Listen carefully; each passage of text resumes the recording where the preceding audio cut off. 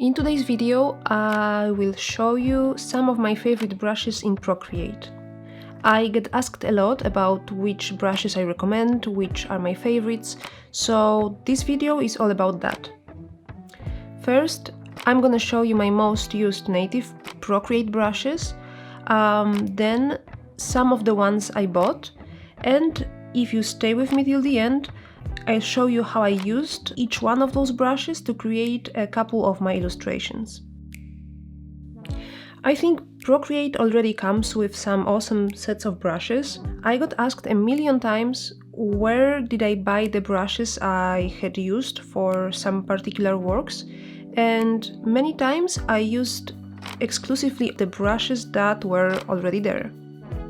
So my personal favorite is the whole sketching set, and those are the brushes I use the most. For sketching and preparing basic draft of each artwork, I always use technical pencil. For backgrounds, I very often use a thick HB pencil. I simply use big strokes, and for details, Narinder pencil is my go-to. I love those brushes because they're precise, but with very natural feel to it, and with delicately rough edges and finish. For more watery look, I use brushes from painting section, and my favorites here are Gouache Wet Acrylic and the one called Tamar. To get this characteristic kind of old school grainy texture, I always go to Noise Brush from Touch-Up Set or Bonobo Chalk from Sketching Set. Those are my absolute favorite brushes that you can find in Procreate without having to make any extra purchase, and with only those you can create some amazing work. I'll show you in a minute some of my illustrations in which I used only exclusively Procreate native brushes and nothing else. Now about the brushes I bought from some great artists. This is the first brush set I ever bought, and it's a watercolor set from Bordeaux Brushes. This girl makes some amazing brushes and she has so many sets to choose from, so if you're looking to get some new brushes to play and work with, definitely check out her store.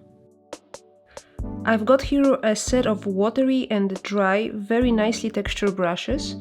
The ones I use the most are Water Wash and Color Lifter. I use the Color Lifter one as a smudge tool, and the results are amazing. Another set, also from Bordeaux Brushes, is the marker one.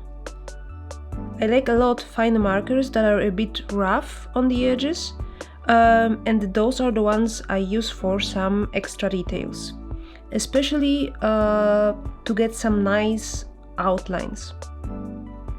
Here I have a Vivi brush set, and the ones I use the most are the two first ones, the pastel ones. They are very smooth, and that's what I love most about them.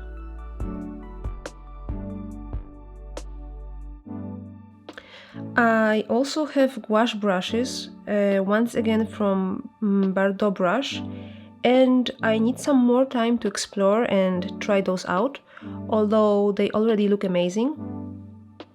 If you'd be interested in a review of any of the brush sets I mentioned, just leave me a comment below this video. And now my latest addition is the watercolor set from Max Uliczny. It's a huge set with many amazing brushes, so I still need some more time to play with those. So far, the brush called Smudge Grainy is my absolute favorite one, and I use it wherever I can to add a bit of texture and put a delicate semi-transparent layer of color on top. So now let me show you how I've been working with those brushes so far. In this illustration I drew every single element with a Narinder pencil brush, and I didn't use anything else apart from this one. Here I used wet acrylic from painting set. I use it mostly for backgrounds.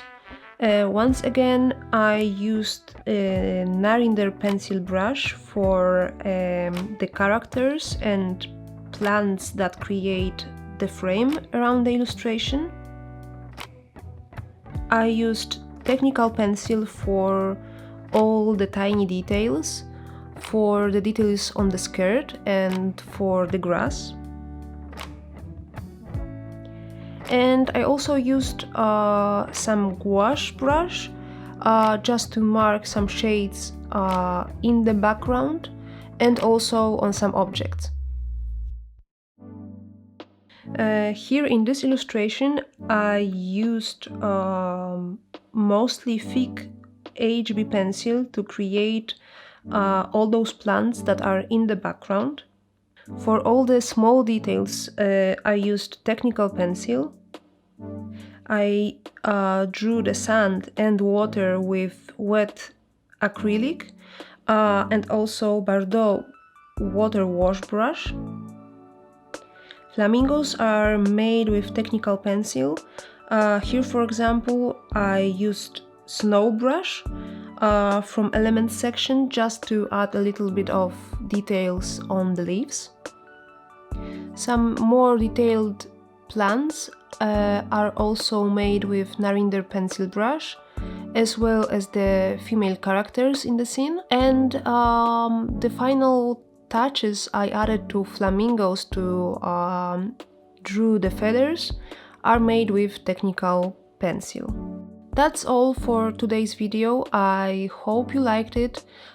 Please let me know if you'd like to know some more about the brushes I use, if you'd like to see some reviews of the brushes I already have.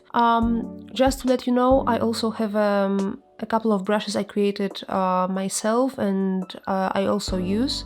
So let me know if you're interested in seeing those as well. Thank you so much for watching and see you in the next video. Bye bye!